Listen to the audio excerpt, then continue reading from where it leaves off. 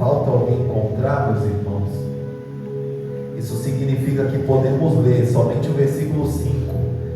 O parecer agradou a toda a comunidade e elegeram Estevão, homem cheio de fé e do Espírito Santo, Filipe, Prócoro, Nicanor, Timão, Pármenas e Nicolau, prosélito de Antioquia. Agora vamos para o versículo de número 8.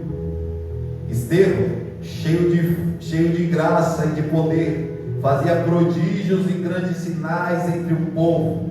E levantaram-se, porém, alguns dos que eram da sinagoga, chamados dos libertos, dos sirineus, dos alexandrinos, e não podiam resistir à sabedoria e ao espírito pelo qual ele falava. Então subornaram homens que dissessem: temos ouvido este homem proferir blasfêmia contra Moisés e contra Deus. Subleveram o povo, os anciões e os escribas, e investindo o arrebataram, levando ao sinédrio, e apresentaram testemunhas falsas que depuseram este homem. Não cessa de falar contra o lugar santo e contra a lei, porque o temos ouvido dizer que este Jesus, o Nazareno, destruirá este lugar e mudará os costumes que Moisés nos deu.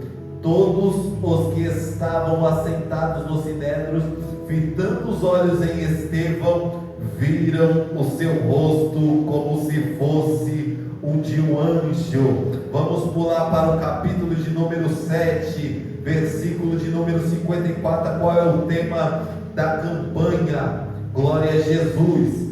Ouvindo eles isto, enfureciam-se no seu coração, enrilhavam os dentes contra ele. Mas Estevão, cheio do Espírito Santo, fitou os olhos no céu e viu a glória de Deus e Jesus que estava à sua direita, e disse: eis que vejo os céus abertos e o Filho do Homem em pé à destra de Deus. Eles, porém, clamando em alta voz, tamparam o ouvido e unânimes arrebentaram contra ele, e lançando-o fora da cidade, o apedrejaram. As testemunhas deixaram suas vestes aos pés de um jovem chamado Saulo. E Jesus recebe o meu espírito. Então, ajoelhando-se em alta voz: Senhor, não lhe imputes este pecado. Com estas palavras, Estevão adormeceu e Saulo consentia a sua morte. Glória a Jesus. Pode tomar o teu assento glorificando ao Senhor. Aleluia, aleluia, glória a Jesus. Meus irmãos, o tema dessa campanha me chama a atenção, porque fala dos céus abertos. Muitos pregadores, se fosse dar para eles um tema desse tipo para pregarem, iam começar aqui a profetizar bênçãos, a profetizar a chave de casa, a profetizar a chave de carro, a profetizar a chave de empresa. Só que o intuito deste tema é muito mais importante do que algo material, é espiritual. E quando se trata de algo espiritual, eu gosto. Você vai ver que o objetivo céus abertos me trouxe um título no meu coração, porque do tema eu extraio um título, e o título a qual eu extraí deste tema é os 3 tipos de pedradas. Os 3 tipos de pedradas que o crente deve resistir para o céu se abrir. Eu quero repetir para que este tema, este título fique gravado em seu coração. Os 3 tipos de pedradas que o crente deve resistir para que o céu possa se abrir. Nós lemos Atos dos Apóstolos, a história de Estevão. Mas antes da história de Estevão, este livro Atos dos Apóstolos, conhecido como Atos dos Apóstolos, porque é o ministério dos apóstolos, bem conhecido como Atos do Espírito Santo, alguns que preferem ou gostam do título. Jesus, no seu evangelho, fez as suas obras, fez sinais, prodígios e maravilhas, pregou. Jesus ensinou como ninguém. Jesus morreu e ressuscitou, apareceu aos discípulos e ficou com eles ali 40 dias. E com os discípulos deixou uma promessa: ficai em Jerusalém até que do alto sejais revestidos de poder. E esta promessa não ficou por aí. Os discípulos, permanecendo em Jerusalém, começaram a buscar ao Senhor, e a promessa se cumpriu, porque reunidos o Espírito do Senhor tomou, o Espírito do Senhor encheu aqueles homens, e assim aqueles homens começaram a sair de Jerusalém. Por quê? Porque a promessa se cumpriu, foram revestidos de poder, e agora aqueles homens saem de Jerusalém, em Jerusalém ainda, começam a operar prodígios, sinais e maravilhas. Esses homens, por sua vez, no capítulo 3 de Atos dos Apóstolos, nós vamos ver que esses homens curam um coxo que estava ali pedindo oferta, pedindo esmola. Esses homens, Pedro e João, começam ali em nome de Jesus, cura aquele coxo começa a andar, a igreja começa a crescer. A igreja começa a crescer de uma maneira sobrenatural. E da forma que Jesus fazia, da forma que Jesus pregava, aqueles homens também pregavam. Porque eram homens sem cursos, não analfabetos, mas sem cursos. Homens que estavam ali pregando e que chamavam a atenção de homens que tinham cursos, de homens que eram letrados, de homens que eram doutorados, de fariseus, de saduceus. E Pedro e João, por sua pequena sabedoria, mas tinham aprendido muito sim com o Senhor Jesus, agora pregavam, não só operavam sinais, prodígios e maravilhas, pregavam a ponto de que a igreja crescia. Eu quero já liberar uma profetização a qual o Senhor colocou no meu coração sobre este lugar. Porque quando eu sentei, eu via espelhos neste lugar, eu via pessoas dançando, rodopiando, pastor Gabriel, dançando forró aqui, e está repreendido neste dia de hoje. O salão de festa aqui é salão de festa para ser adorado o nome do Senhor, e essa igreja não vai fechar, porque quem abriu é fiel para terminar a obra que ele começou. Aleluia. E aquela igreja crescia de maneira sobrenatural, onde os apóstolos pregavam, e os apóstolos na pregação não conseguiam desenvolver o trabalho da contribuição diária. A igreja começou a se apertar, porque não tinha obreiros como toda igreja, que falta obreiros como toda igreja, precisa de trabalhadores, porque o Senhor Jesus falou que grande é a seara, mas poucos os trabalhadores. Aqueles homens não podiam deixar de pregar a palavra, aqueles homens não podiam deixar de pregar o arrependimento, aqueles homens não podiam deixar de pregar o que Cristo ensinou, aqueles homens não podiam deixar de pregar o que Cristo falou. Aqueles homens então, assim, estavam com um problema a ser resolvido. Então a comunidade assume uma responsabilidade muito importante. E qual que é a responsabilidade da comunidade? Qual que é a responsabilidade da igreja? A responsabilidade da igreja é de trazer solução aonde tem problema. A responsabilidade da igreja não é trazer problema aonde tem problema, mas trazer solução aonde tem problema, porque assim o problema é sanado. Então a igreja trouxe a solução. Qual que era a solução? Levanta entre nós 7 homens cheios de fé, homens cheios do Espírito Santo, homens com sabedoria, homens que vão dar conta desse trabalho e servir as mesas, servir as viúvas, aqueles que estão precisando. Eu quero falar do cotidiano de hoje, arroz e feijão. Então, os apóstolos assim conseguiram enxergar que a ideia era boa, a solução era plausível, e assim levantaram 7 homens. E dentre desses homens estavam 2 que se destacaram mais do que 7, porque sempre vai ter aquele que se destaca melhor do que o outro. Isso é inevitável. Não significa em si você que não se destaca, mas que está no anonimato, que você é menos importante do que se destaca, porque você está no corpo, e se você está no corpo, você precisa permanecer no corpo, você precisa do que se destaca, e você precisa daquele que se destaca menos do que você, mas você tem que continuar, não desistir, porque o corpo de Cristo, ele anda, e ele conta com você, aleluia.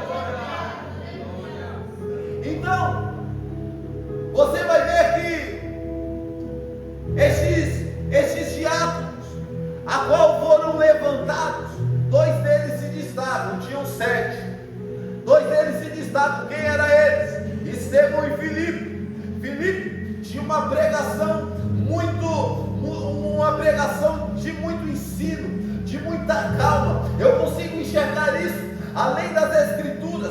Quando eu leio, eu consigo perceber que Felipe ensinava muito bem. Felipe não era eloquente como eu gosto de ser. Felipe não era eloquente como Estevão era. Felipe era um homem que ensinava, assim como Jesus era. Jesus não era nem tão eloquente assim. Jesus gostava de ensinar, e ensinava muito bem. Para falar de ensino com Jesus não tem para ninguém. Para falar de pregação com Jesus não tem para ninguém. Então pregação não tem diferença. Aquele que fala calmo com aquele que fala mais alto, com aquele que fala gritando. A pregação, ela tem um objetivo, e o objetivo é apresentar Cristo para a tua vida. E se apresentar Cristo, eu não estou aqui para te mostrar chave de carro, chave de casa. Eu estou aqui para te mostrar um Jesus, a qual vai fazer os céus se abrir sobre a sua vida.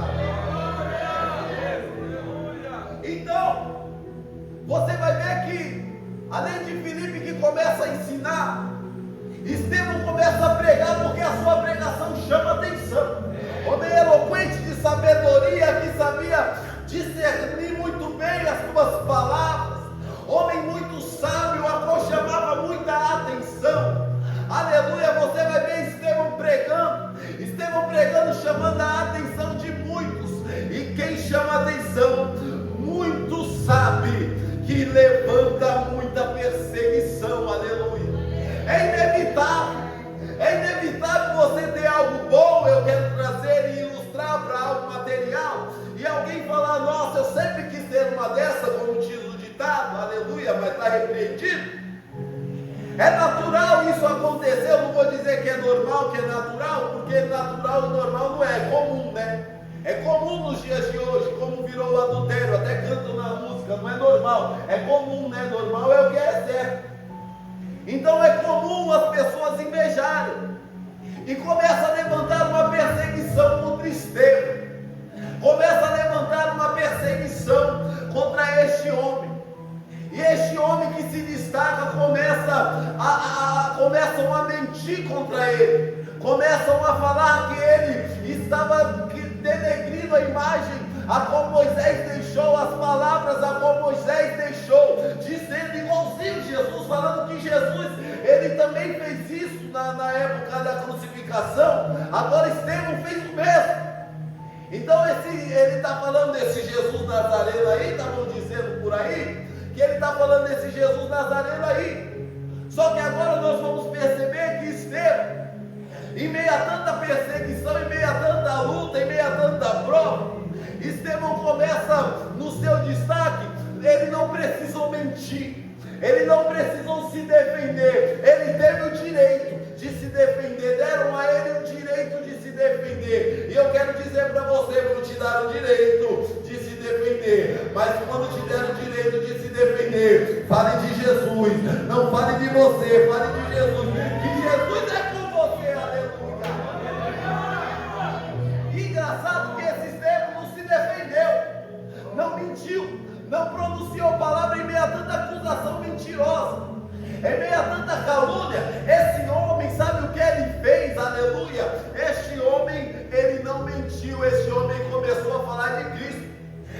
engraçado que falando de pregação, falando de palavra, ele começa a pregar. Ele não se defende, ele começa a dar uma Bíblia para aquele povo. Então você vai perceber que muitos eles começam a olhar o jeito de que prega, a forma de que prega, o costume de que prega. Aí Estevão pregou Cristo Jesus em todas as escrituras, falando de Abraão. Você gosta de Abraão? Toma Cristo de Abraão. Você gosta de Moisés? Toma Cristo de Moisés. E mostrando Jesus nas escrituras sagradas. Então você vai perceber que Estevão, ele em meio a tanta calúnia, tanta prova, ele não ousou se defender, ele falou de Cristo, aleluia. E aquilo que eu tenho no meu coração para trazer para a igreja, porque eu tenho um objetivo, eu quero falar de 2 pilares, porque o meu título, a qual eu coloquei, tem 2 pilares muito importantes, e o primeiro pilar que eu quero falar para você é pedra. Eu usei o termo pedrada porque é um termo atual, um termo que vai falar sobre algo que o crente geralmente lida muito bem. Alguns aqui, acredito eu, que os líderes sabem falar disso melhor do que muitos, inclusive aqui pessoas que muitos sofreram na vida, muitas pedradas na vida levaram. Então o primeiro pilar do meu título é sobre pedra. E o segundo pilar que o título possui é sobre resistir. Eu quero definir a palavra resistir para você. O que significa a palavra resistir? A palavra resistir significa suportar. A palavra resistir significa ficar firme. A palavra resistir significa aguentar. Aleluia. Então eu quero falar de 3 tipos de pedrada, já que o tema é sobre pedra. Eu quero falar de 3 tipos de pedrada que o crente precisa o quê? Aguentar, precisa suportar, precisa ficar firme sobre essas pedradas, para que o céu possa se abrir sobre a sua vida. E aqui eu começo a pregar, porque o primeiro tipo de pedrada que o crente deve resistir para que o céu possa se abrir é sobre a pedrada que é lançada para atingir fora, para atingir a estética, para atingir a sua face, para atingir o seu corpo, para atingir você. Mas com que objetivo essa pedrada? Para atingir dentro. Essa pedrada de atingir fora, ela é muito complexa, porque o sentido dela pode ser até acertar a estética, pode ser até te machucar, pode ser até te ferir, pode ser até arrancar sangue da sua pele, mas o objetivo dela é atingir dentro de você. Aleluia.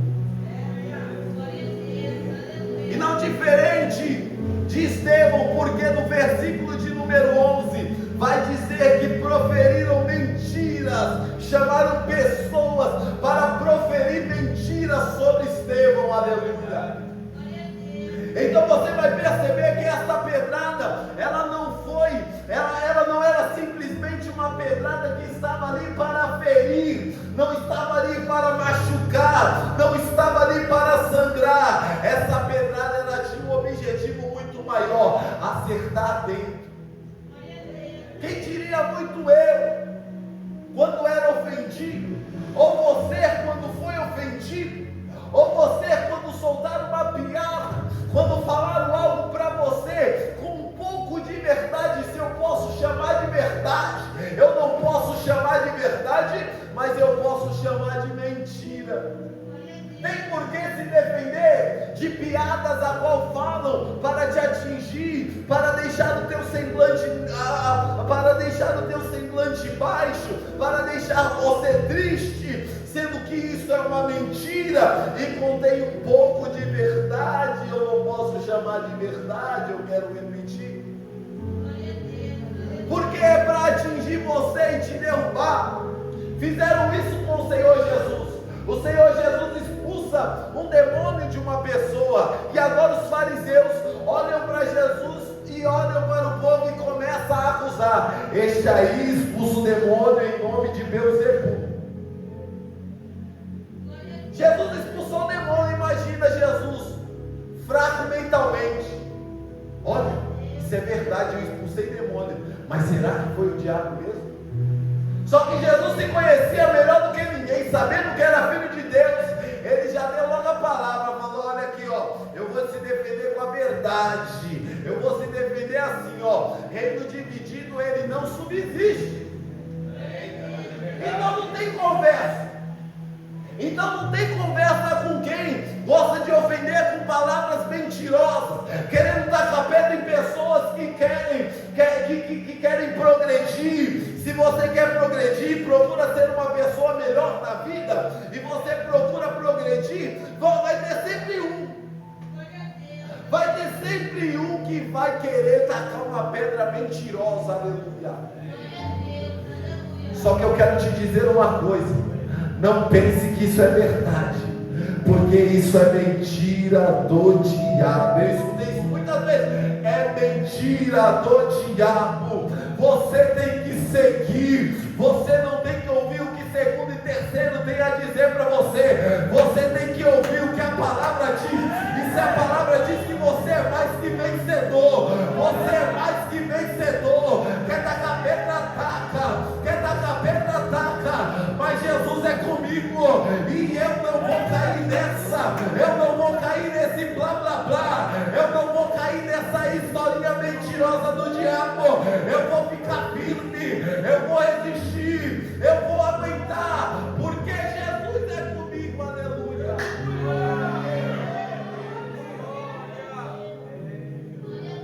E semblante é muito mais do que algo que você está passando por dentro, você transmite fora.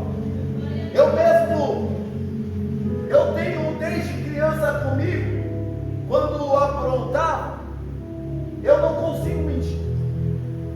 Desde até quando eu vivia nessa vida aí, eu não consigo mentir. O meu semblante mostra. Semblante mostra o que está dentro. Semblante mostra o que está dentro. E quando o que está dentro de você é alegria, é paz, é longanimidade, muitas das vezes vai falar: ah, mas o fulano de tal fez isso, fez aquilo. Mas e aí, você filtrou essa informação? É uma informação verdadeira? Se for uma informação verdadeira, amém, Deus abençoe, glória a Deus. Não vai mudar nada na tua vida, nenhum tipo de elogio. E se for crítica e for verdade, procure melhorar. Vai ser bom para você, as críticas são boas. Mas se for mentira, também não vai mudar nada na tua vida, não vai mudar nada na tua história, não vai mudar nada no teu cotidiano. É crítica mentirosa, é para te derrubar. E não adianta você abaixar a cabeça como estava um coxo com a cabeça baixa enquanto pedir esmola. Tem que levantar a cabeça, porque Pedro falou: olha para nós. E você tem que levantar a tua cabeça e olhar para aquele que tem Jesus, olhar para aquele que brilha, olhar para aquele que está. Aleluia! Porque enquanto olhavam para Estevão, a face dele brilhava. Moisés, eu não sei se você já passou por isso, foi evangelizado, foi lá na casa do vizinho, na casa do morador, e falaram assim para você: olha, o teu semblante está diferente. Não sei se já fizeram isso com você, quando você passa, o vizinho fala: oh, vem cá, deixa eu te falar uma coisa, eu estou vendo diferença de você, eu estou vendo o semblante mudado, eu estou vendo o teu semblante aceso, eu estou vendo você alegre, aleluia. Só que é algo muito maior do que está dentro de você, é algo que está em cima.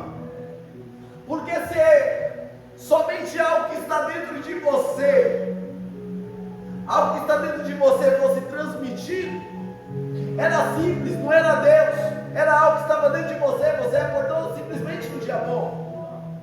Mas o Espírito Santo é espírito de alegria. E ele está dentro de você. E Jesus está em cima. O Pai está em cima. Ei, e eu quero te dizer uma coisa.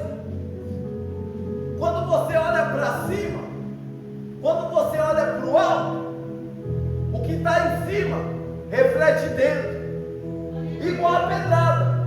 Quando você olha para a pedrada e a pedrada acerta, porque o engraçado é que para atacar a pedrada tem que estar perto. É tipo assim, eu vou tacar uma pedrada em você, mas eu vou andar aqui mais longe. Eu vou andar mais longe, eu vou correr, eu vou ir mais longe de você.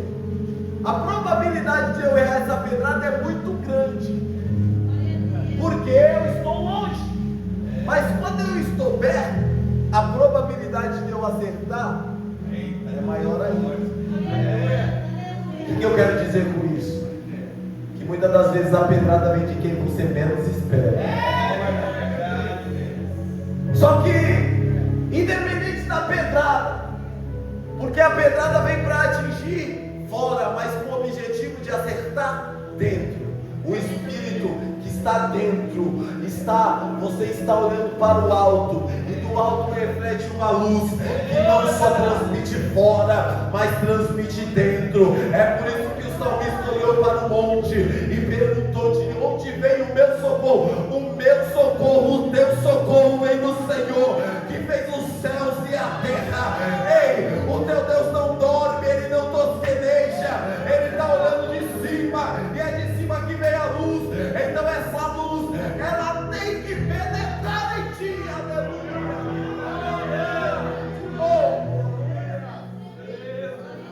Quero eu falar do segundo tipo de pedrada que o crente deve resistir, para que o céu possa se abrir. Essa pedrada significa essa pedrada representa a pedrada da tentação, a pedrada que representa o pecado, a pedrada que o inimigo muitas das vezes coloca na nossa vida para que a gente venha sair dos caminhos do Senhor. E essa pedrada é uma pedrada que vem para derrubar, é uma pedrada que nos afasta de Deus, porque o pecado nos afasta de Deus.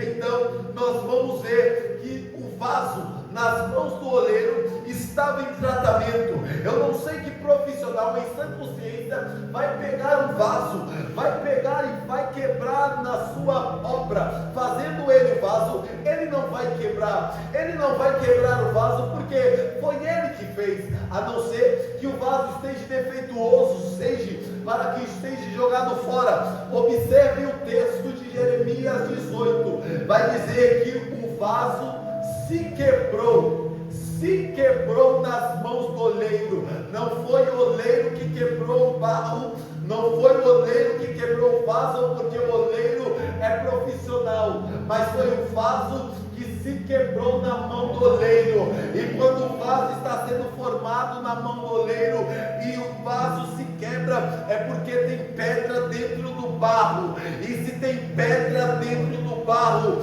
a pedra representa muitas das vezes o pecado, a pedra muitas das vezes representa aquilo que está te atrapalhando de progredir, aquilo que está te atrapalhando de seguir em frente, aquilo que está te atrapalhando de chegar perto do teu Deus. Então eu quero dizer uma coisa para você: o oleiro, ele é oleiro para tirar pedra, para moldar vaso, para colocar vaso no seu devido lugar. E se você está em posição de ser colocado em destaque e foi tirado toda a pedra, será colocado em destaque, porque o oleiro não desperdiça vaso.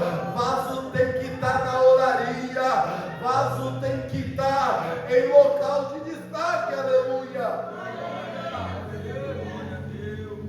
E tudo dentro é algo muito bom de se falar de algo que está dentro, porque transmite muito, fala muito sobre a pessoa.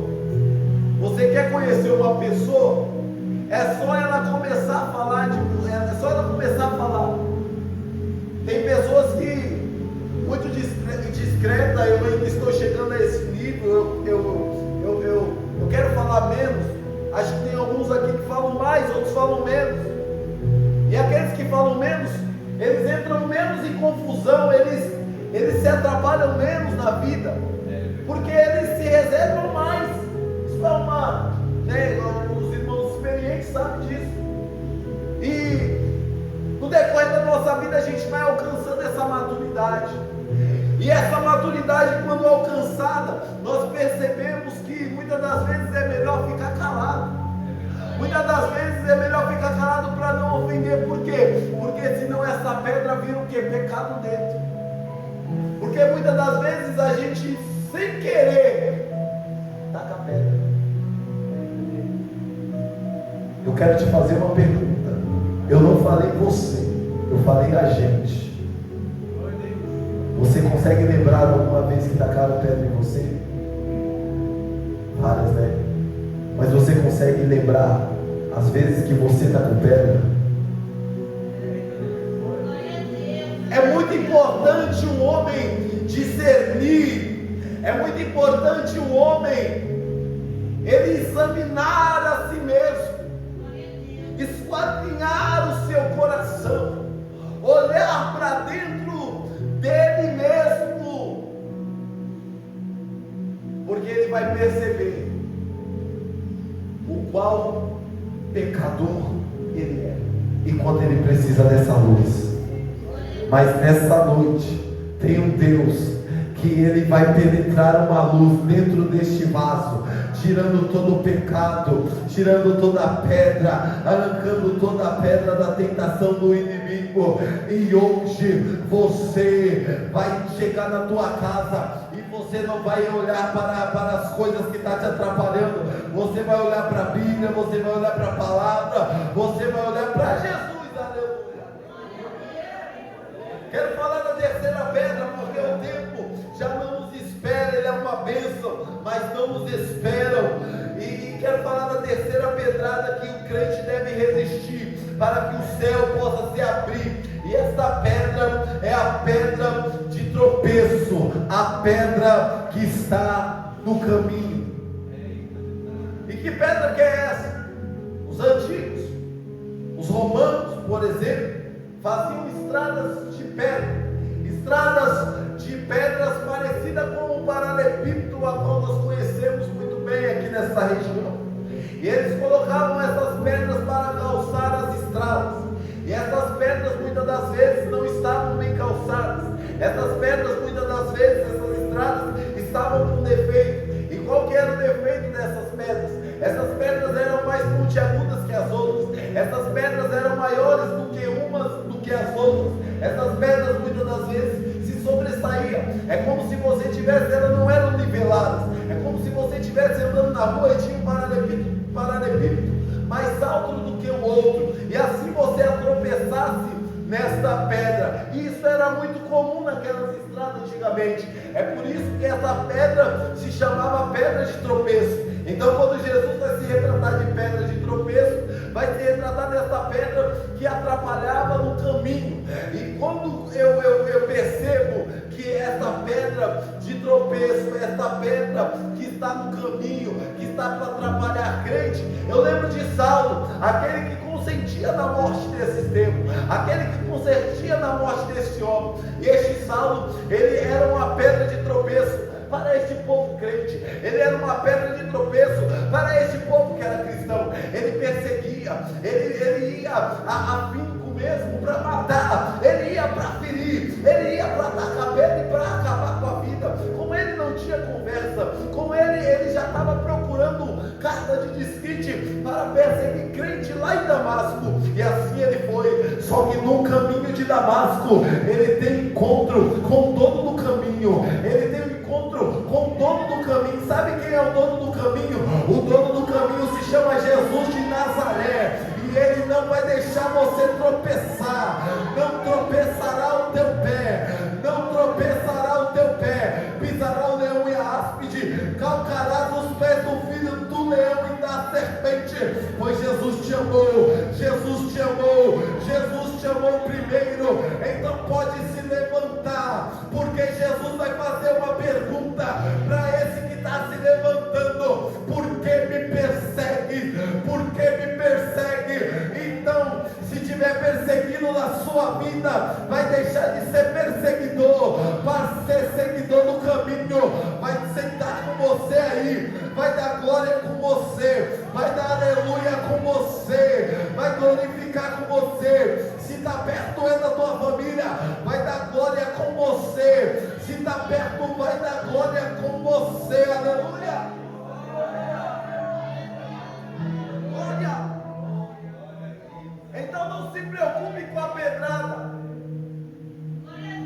mas olhe para o alto, porque existe um que é autor e consumador da fé, e esse autor e consumador da fé tem uma direção. Você tem um objetivo que é alcançar este autor e consumador da fé. A Bíblia vai dizer, olhando o autor e consumador da fé.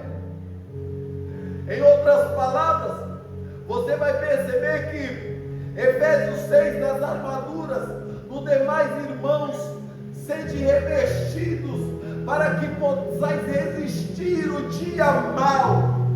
E quando você está nessa resistência, você está observando Jesus, você está seguindo em direção a este autor da fé. Pode vir da esquerda, pode vir da direita, você não vai desistir, porque você tem um objetivo. Ah, mas fulano de tal é assim, ah, mas fulano de tal fez isso. Olha para o autor e consumador da fé.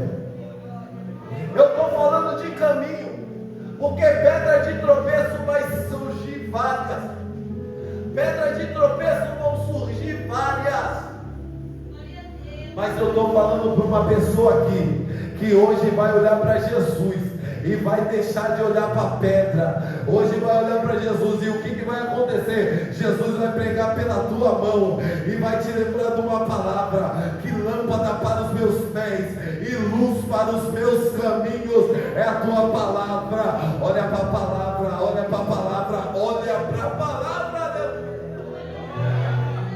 Quando você olha para a palavra, você não tropeça. Quando você olha para a palavra, você não cai. E se deixar de olhar e voltar a olhar, eu estou falando de arrependimento, voltar a olhar, Deus perdoa, porque tem um advogado que é fiel. E se você voltar a olhar para Jesus, voltar a olhar para este perdoador de pecado, Ele vai te mostrar o caminho. Só que eu vim aqui dizer para uma pessoa, que caído não é aquele que cai, é aquele que não quer se levantar. Então se você está caído, levanta a poeira, sacode ela e continua, porque Jesus é com você. Você é mais que vencedor. Hoje Ele te perdoa. E eu quero concluir a minha mensagem, porque Estevão, enquanto estava sendo apredejado, ele olhava para o alto e viu um homem à direita, à destra de Deus, à destra de Deus, e este homem não estava sentado. A Bíblia vai dizer em Marcos que quando Jesus ressuscita e ele sobe para a destra do Pai, Jesus se assenta, sinônimo de que a missão de Jesus foi cumprida. Mas quando Estevão está olhando, em meio a tanta pedra, em meio a tanta luta,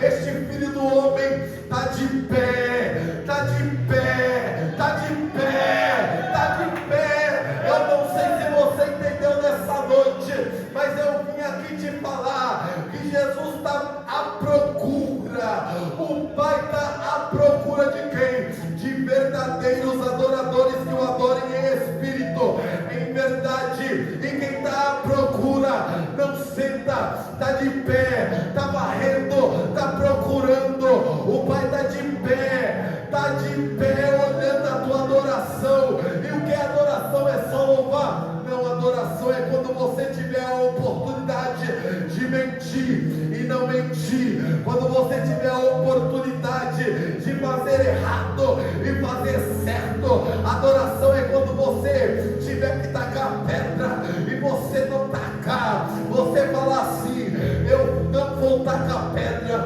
eu vou dar um abraço, porque é muito mais gostoso, é muito mais confortável, é muito mais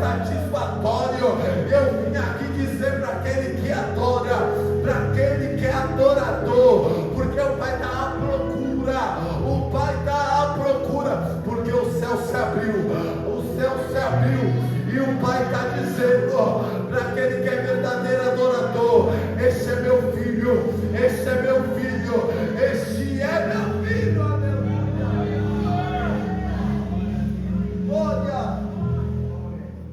Glória a Jesus. Fica com essa palavra, meus irmãos. E assim, glória a Jesus, eu agradeço a minha rica e maravilhosa oportunidade de dar uma salva de palmas para Jesus, que Ele é digno de toda honra, toda glória, todo louvor.